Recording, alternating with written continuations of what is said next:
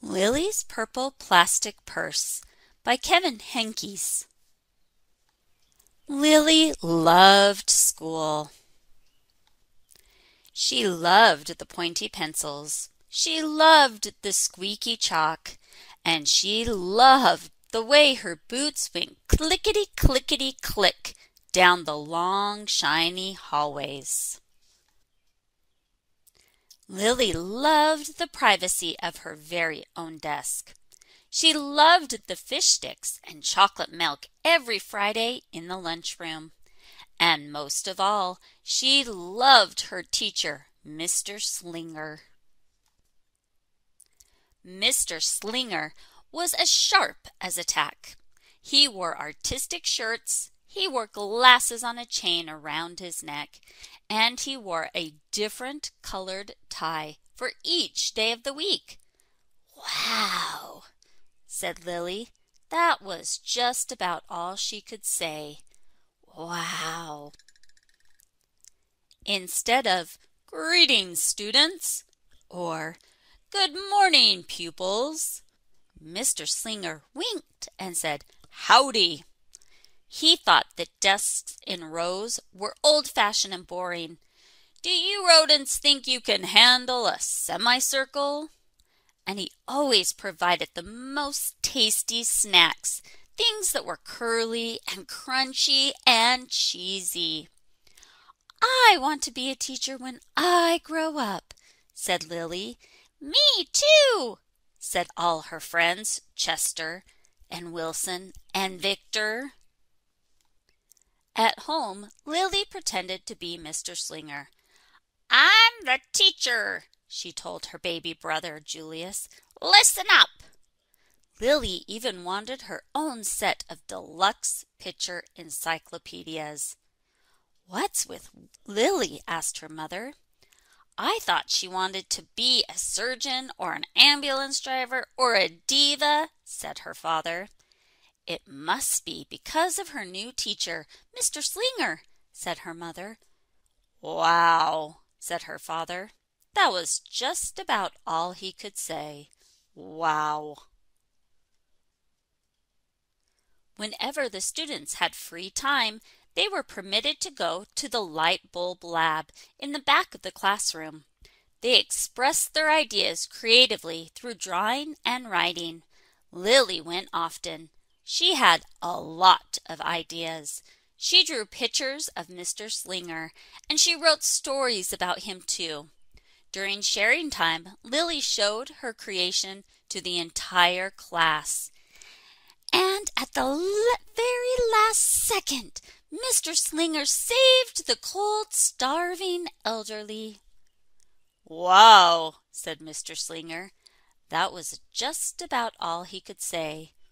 Wow. When Mr. Slinger had bus duty, Lily stood in line, even though she didn't ride the bus. Lily raised her hand more than anyone else in class, even if she didn't know the answer.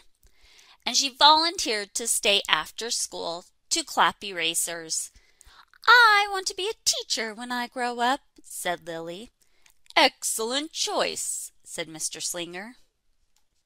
One Monday morning, Lily came to school especially happy. She had gone shopping with her Grammy over the weekend. Lily had a new pair of movie star sunglasses, complete with glittery diamonds and a chain like Mr. Slinger's. She had 3 shiny quarters, and best of all, she had a brand new purple plastic purse that played a jaunty tune when it was opened. Lily wanted to show everyone. "Not now," said Mr. Slinger. "Listen to our story." Lily had a hard time listening. Lily really wanted to show everyone. "Not now," said Mr. Slinger. "Let's be considerate of our classmates." Lily had a hard time being considerate. Lily really wanted to show everyone. "Not now," said Mr. Slinger. "Wait until recess or sharing time." But Lily could not wait. The glasses were so glittery, the quarters were so shiny, and the purse played such nice music, not to mention how excellent it was for storing school supplies. "Look!" Lily whispered fiercely. "Look, everyone! Look what I've got!" Everyone looked, including Mr. Slinger. He was not amused. "I'll just keep your things at my desk until the end of the day," said Mr. Slinger. "They'll be safe here, and then you can take them home." Lily's stomach lurched. She felt like crying. Her glasses were gone. Her quarters were gone. Her purple plastic purse was gone. Lily longed for her purse all morning. She was even too sad to eat the snack Mr. Slinger served before recess. That afternoon, Lily went to the light bulb lab. She was still very sad. She thought and thought and she thought, and then she became angry. She thought and she thought and she thought some more, and then she became furious. She thought and she thought and she thought a bit longer, and then she drew a picture of Mr. Slinger. "Big, fat, mean Mr. Stealing Teacher. Wanted by FBI. P.S. I do not want to be a teacher when I grow up." Right before the last bell rang, Lily sneaked the drawing into Mr. Slinger's book bag.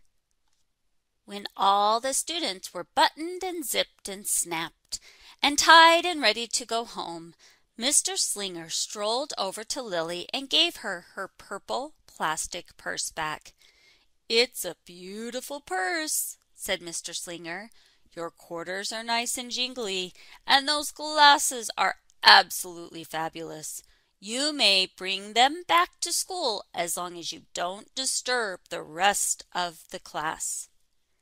"I don't want to be a teacher when I grow up," Lily said as she marched out of the classroom.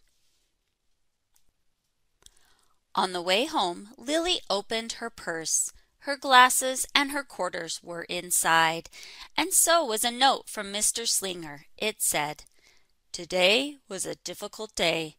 Tomorrow will be better." There was also a small bag of tasty snacks at the bottom of the purse.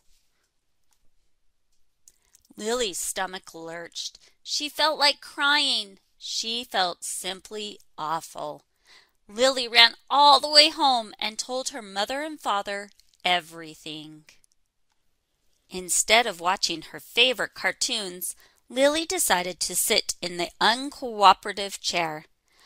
"I'll stay here a million years for Mr. Slinger. Why does everything always happen to me?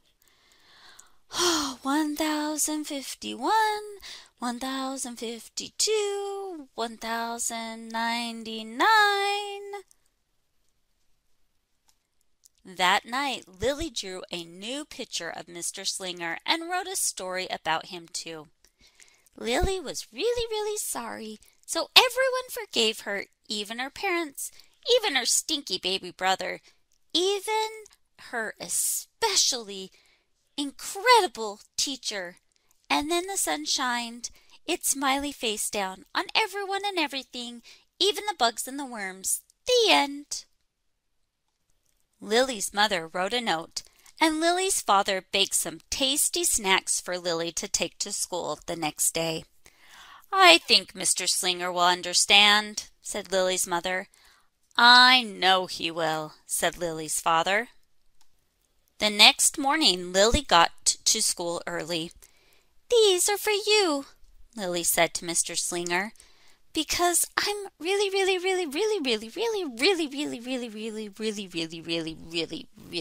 sorry."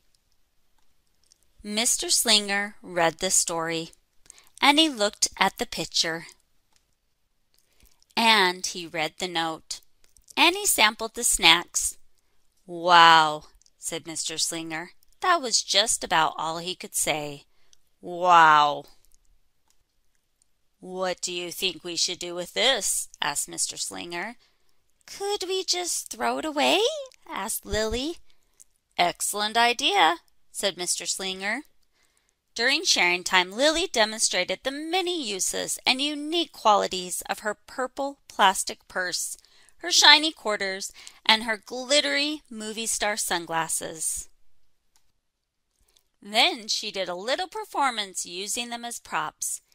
"It's called interpretive dance," said Lilly. Mr. Slinger joined in. "Wow," said the entire class. That was just about all they could say. Wow. Throughout the rest of the day, Lily's purse and quarters and sunglasses were tucked safely inside her desk. She peeked at them often, but did not disturb a soul. Right before the last bell rang, Mr. Slinger served Lily's snacks to everyone's delight. "What do you want to be when you grow up?" asked Mr. Slinger. "A teacher!" everyone responded. Lily's response was the loudest. "Excellent choice," said Mr. Slinger. As the pupils filed out of the classroom, Lilly held her purple plastic purse close to her heart. Mr. Slinger was right. It had been a better day. Lilly ran and skipped and hopped and flew all the way home. She was so happy, and she really did want to be a teacher when she grew up. That is, when she didn't want to be a dancer, or a surgeon, or an ambulance driver, or a diva, or a pilot, or a hairdresser, or a scuba diver. Thanks for listening. I'm Mrs. Wilsey, and we'll see you later. Please remember to hit subscribe, like, and share.